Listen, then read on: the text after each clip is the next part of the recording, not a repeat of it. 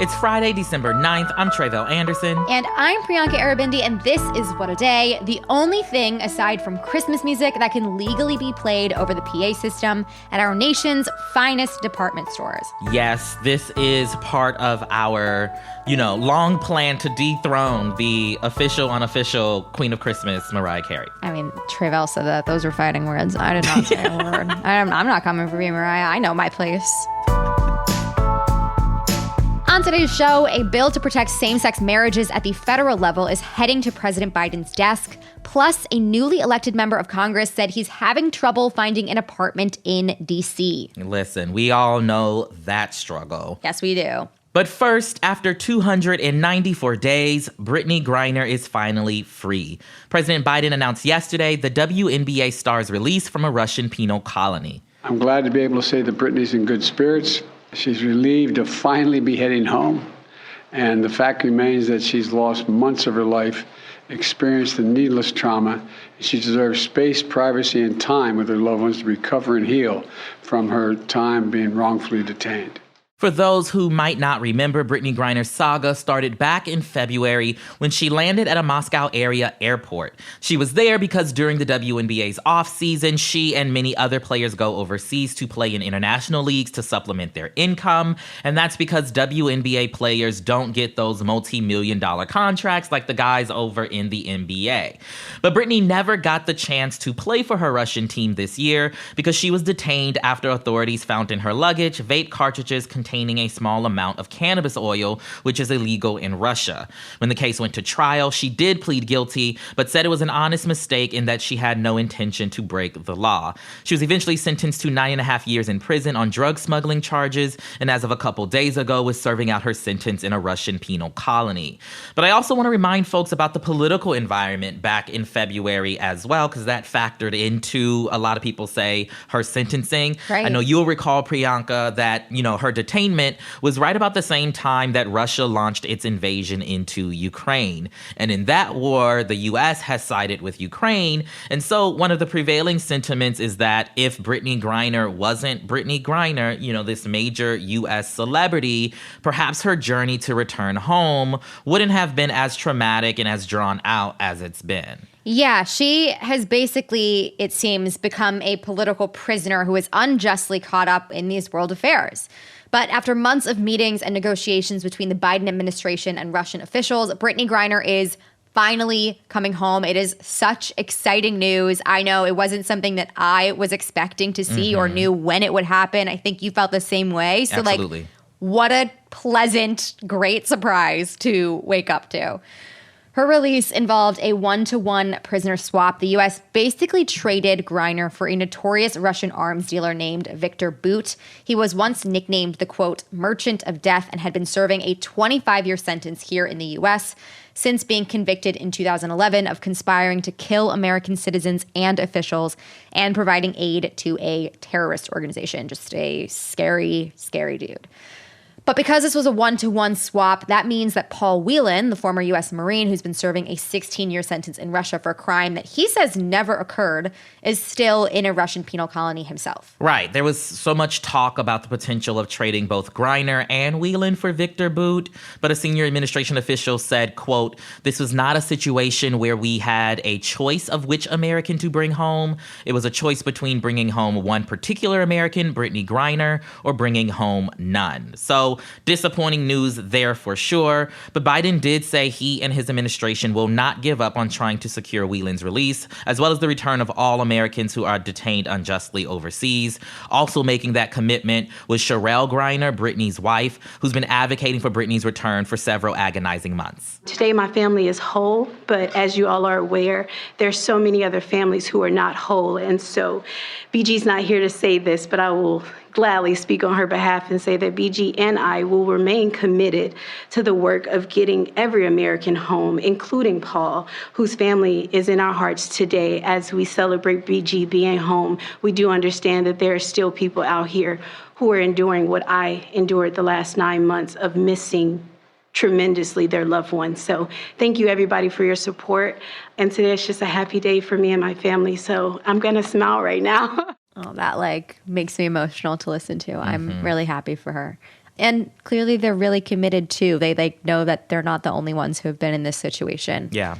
We wanted to get a bit deeper on Brittney Griner's release. So today we are joined by freelance sports writer Lindsay Darkangelo. She covers women's basketball and the WNBA and has been following this story closely since, back when Brittney Griner was first detained.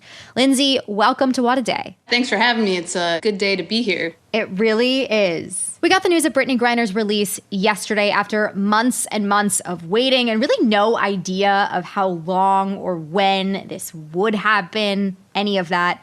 So how have her teammates, the WNBA organization and the rest of the sports world and the rest of the country that's been invested in this been reacting since this news came out? Just so grateful, but there's also a bit of shock. Just because, like you had said, we weren't really sure if this was going to happen, when it was going to happen. After the appeal was denied, it looked like, she might end up being in there for a while and no one really knew. So just joy, pure joy. Yeah, let's rewind just a little bit here. Can you talk about what the league, especially other players, have been doing over the last 294 days to kind of keep a spotlight on this story? Yeah, and not just in the WNBA. I also want to shout out women's college basketball because coaches around the country have been talking about Brittney Griner in show of support. And then you have the WNBA players around the league constantly tweeting, constantly keeping the situation in the forefront of everybody's minds. People like Breanna Stewart, she would tweet every day. And then you have during the summer when the WNBA plays, her initials were on every home court throughout the league, all 12 teams. Yeah, I feel like many folks were concerned that people would forget about Brittney Griner being over there. And for many of us, particularly for me as a Black queer person, some of those identity markers that Brittney Griner has in a penal colony in a country that is Russia, which we know is, not the best, to put it lightly, right, when it comes to LGBTQ folks. Could you talk a little bit about that urgency that I think folks try to kind of keep front of mind? Yeah, it's definitely a part of it, and it played a role in everybody's fear for her mental, physical, and emotional well-being. I mean, we all know where Russia stands on LGBTQ policies. They're not great, to put it lightly. Especially when she got moved from what seemed to be, considering the circumstances, an okay place, an okay holding place that she was in, to a penal colony. Then there's no updates. You don't know what the conditions are like. You don't know where she's being held or what that even looks or feels like. So there was a lot of fear there. But thankfully, she was released before the end of the year, which is mind-boggling, and eased everybody's fears as far as that's concerned. Right. Something that we think about and like a secondary discussion that this has sparked is how these WNBA players have to play overseas to supplement their income in the off season, how that is like a common scenario for many of these players. So could this have happened to theoretically any WNBA player? Yeah, theoretically, sure. I think the timing of everything, even before she had been going back to play for Russia, there's been reporting that she was undecided as if she even wanted to go. She's been playing over there a few years, but the team that she was playing for was very well known, very well funded, treated their players very well. And I think the expectation was she'd go, she'd get one more run in, and then maybe that would be it. And then Russia invades Ukraine, and that just set off this whole thing in motion. And I really believe the political climate, if it wasn't what it is or was at that time period last February, that she might have slid right through security. We don't know. And yeah, I think she is a recognizable star. She's a recognizable name.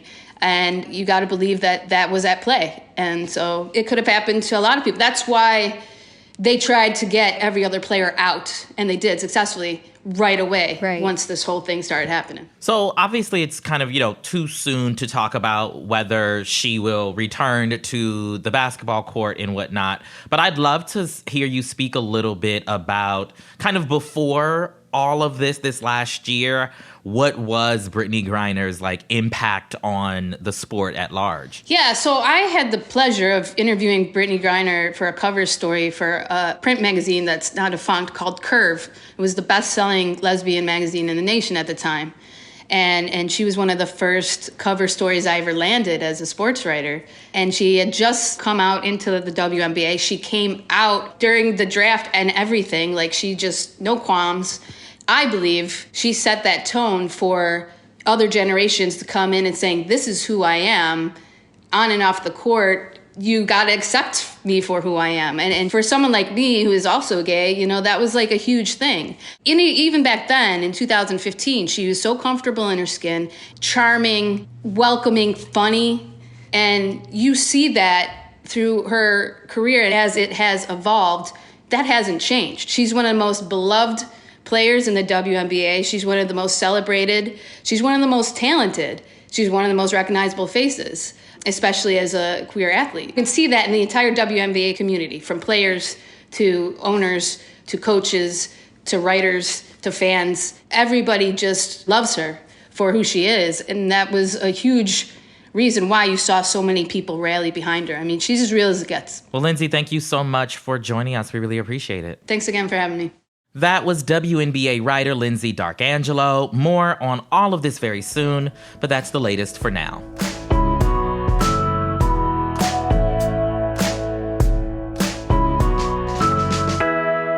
Let's get to some headlines. Headlines. The Iranian government yesterday carried out its first execution connected to the ongoing protests over the police killing of Mahsa Amini. Mohsen Shakari was one of thousands who first took to the streets in September to push back against Iran's authoritarian regime. He was convicted in a closed-door court in October of, quote, waging a war against God for attacking a security officer with a machete during a demonstration. Activists worry that more jailed protesters will be executed in the coming days. Yeah, it's a terrifying, terrifying reality that this has been and is continuing to be. The House passed the Respect for Marriage Act yesterday, clearing the way for President Biden to sign it into law. The landmark legislation will enshrine protections for same-sex and interracial couples into federal law and ensure that their marriages will still be recognized even if the Supreme Court were to overturn the precedent that legalized them nationwide. The bill also repeals the 1996 Defense of Marriage Act, which defined marriage as between one man and one woman, and also allowed states to deny same-sex marriages that were certified in states where they are recognized. College students across the country are preparing for finals right now, but for some, those exams might not even be graded this year, as two historic academic labor strikes continue. Here in California, nearly 50,000 unionized academic workers in the University of California system are still on strike as student researchers and teaching assistants continue negotiating for a new labor contract. Over in New York, more than 1,000 part-time faculty members at the new school have officially entered the third week of their strike. These workers, who make up more than 80% of the university's educators, took to the picket lines last month to demand better pay, job security, and access to health care.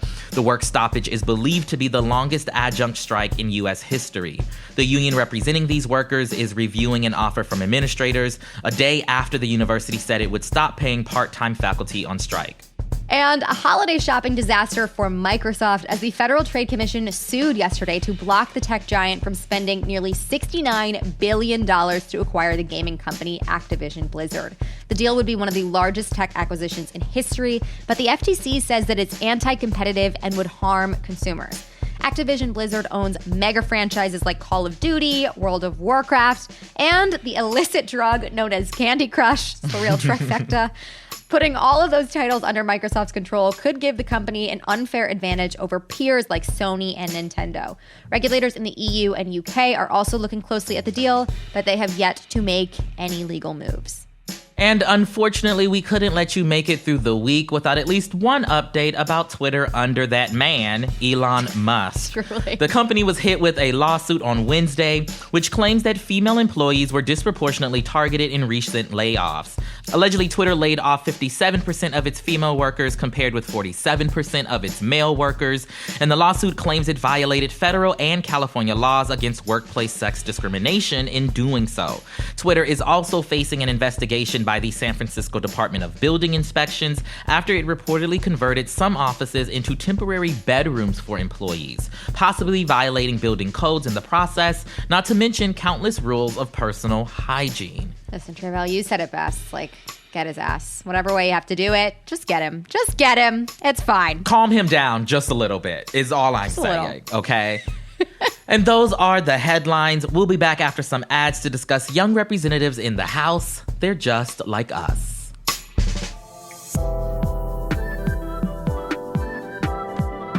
What a Day is brought to you by Vuori. Whether you're heading to the gym or just want to give the impression that you're the kind of person who works out, Vuori has you covered. They make some of the most comfortable and versatile athletic wear out there. Yes, whether you're into running or swimming or yoga or all three or maybe D, none of the above like me, Vuori makes workout gear that's so freaking comfortable you'll want to wear it all the time. I love they have these like yoga short thingy-majiggies. I love the shorts. That are super comfortable. I like to wear oversized things, like oversized shirts and sweaters and stuff like that. So you just throw on one of those Vuori shorts under it and it's a cute little moment, you know? We love. And you can feel good about looking good because Vuori is dedicated to offsetting their carbon and plastic footprints by using better, more sustainable materials for their products. Vuori is an investment in your happiness. For our listeners, they are offering 20% off your first purchase. Get yourself some of the most comfortable and versatile clothing on the planet at vuori.com/WOD. That is VUORI.com/WOD. Not only will you receive 20% off your first purchase, but enjoy free shipping on any U.S. orders over $75 and free returns. Go to vuori.com/WOD and discover the versatility of Vuori clothing. What A Day is also brought to you by Apostrophe. The holiday season is here, which means a whole lot of gift giving, lots of great food, and some wonderful, photographic memories, But if you're like me, you don't want those photographic memories to come with bad skin because Absolutely not. The whole memory is corrupted. Nobody wants that. No, it's ruined and no one can see it. It can't go anywhere. It's the worst. So while we can't control everything about the holidays, you can feel confident about your skin. That is why we are excited to partner with Apostrophe. Apostrophe is an online platform that connects you with an expert dermatology team to get customized acne treatment for your unique skin. That's right. Just fill out an online consultation about your skin goals and medical history, snap a few selfies, and a board-certified dermatologist will create your initial customized treatment plan. Apostrophe offers access to prescription treatments for all types of acne to help you treat breakouts from head to toe. We have a special deal for our audience. Get your first visit for only $5 at apostrophe.com/WOD when you use our code WOD. That is a savings of $15, and this code is only available for our listeners. To get started, just go to apostrophe.com/WOD and click Get Started. Then use our code WOD at sign up and you'll get your first visit for only $5. Thank you, Apostrophe, for sponsoring this episode. What A Day is also brought to you by Hiya. Typical children's vitamins are basically candy in disguise. They are filled with sugar, unhealthy chemicals, and other synthetic junk that growing kids should not be having on a regular basis, let alone in their vitamins. That is why Hiya was created. It is the pediatrician-approved, super-powered chewable vitamin that fills in the most common nutritional gaps in kids' diets. Hiya is pressed with a blend of 12 organic fruits and veggies, then supercharged with 15 essential vitamins and minerals for full-body nourishment. They're designed for kids of all ages, made with non-GMO ingredients, and are completely free from dairy, nuts, and other allergens. We've worked out a special deal with Hiya for their best-selling children's vitamin. Receive 50% off your first order. To claim this deal, you must go to hiyahealth.com/WOD. This deal is not available on their regular website. Go to hiyahealth.com/WOD and get your kids the full body nourishment they need to grow into healthy adults. It's Friday, WOD Squad, and for today's Temp Check, we're talking about a major obstacle faced by a new lawmaker in the House, and specifically, that obstacle is finding a house. Representative-elect Maxwell Frost of Florida said yesterday that his application for an apartment in Washington, D.C. was rejected because he has a bad credit score. As you may remember, Frost is 25 years old and the first member of Gen Z elected to Congress. He's a friend of WOD, and he says he had to run up some debt while on the campaign trail over the past year and a half, considering his income during that time was largely limited to what he made driving part-time for Uber. Frost noted that Representative Alexandria Ocasio-Cortez voiced similar concerns about the difficulty of finding housing in 2018, and she got elected at the age of 29. And to anyone who's ever tried to lock down an apartment in a U.S. city at a rent that's affordable without also selling blood plasma, Frost's struggles are all too relatable. So Priyanka, what do you make of this? There's a reason that, like, when you looked at the House, the Senate, like, our institutions of government, like, it is a very homogenous population for the most part and has been for, like, the large majority of our history.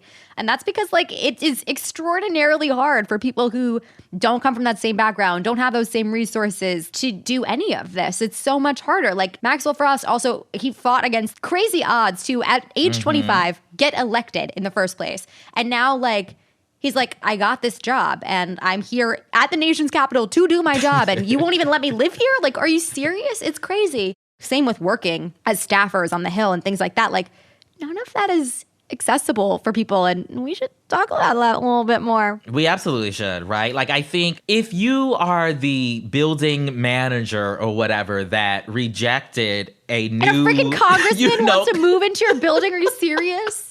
Like, what is happening? But we should also note, right, that, like, credit is a scam. Like, this whole idea of credit scores and all of that is a scam in the first place. Bye. We need to abolish it. Maybe that's a hot take. I don't know. But it really is absurd. I'm for it. Let's abolish it. I don't really understand the ramifications, but, like, I'm with you. Me either, right? But what I can say is that, you know, you not being able to find housing because you have bad credit, because you worked part-time for Uber and had to charge all this stuff on credit cards so that you could campaign, so that you could run to lead our country not into, you know, deeper hell, but into some wonderful promised land. You should be able to get housing to do that. Simple things, once again. You said it. That is our take on it. There's nothing left to say. Just like that, we've checked our temps. The rent is too damn high, and they are as cold as poorly insulated DC apartments. And the hearts of the people who rejected Max Frost's application. But here we are. We hate them. We hate them for you, Max.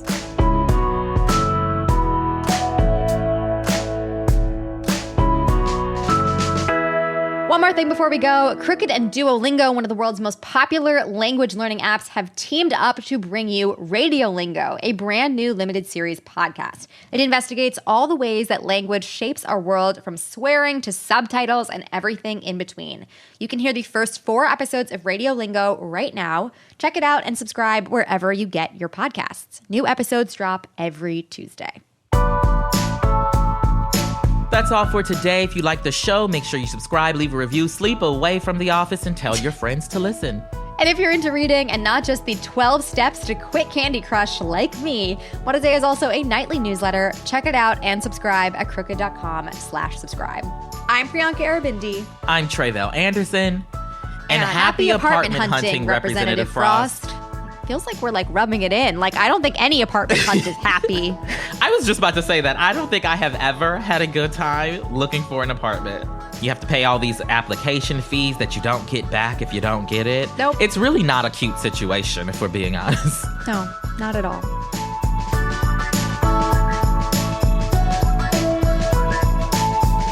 What a Day is a production of Crooked Media. It's recorded and mixed by Bill Lance. Jazzy Marine and Raven Yamamoto are our associate producers. Our head writer is John Milstein, and our executive producer is Lita Martinez. Our theme music is by Colin Gilliard and Kashaka.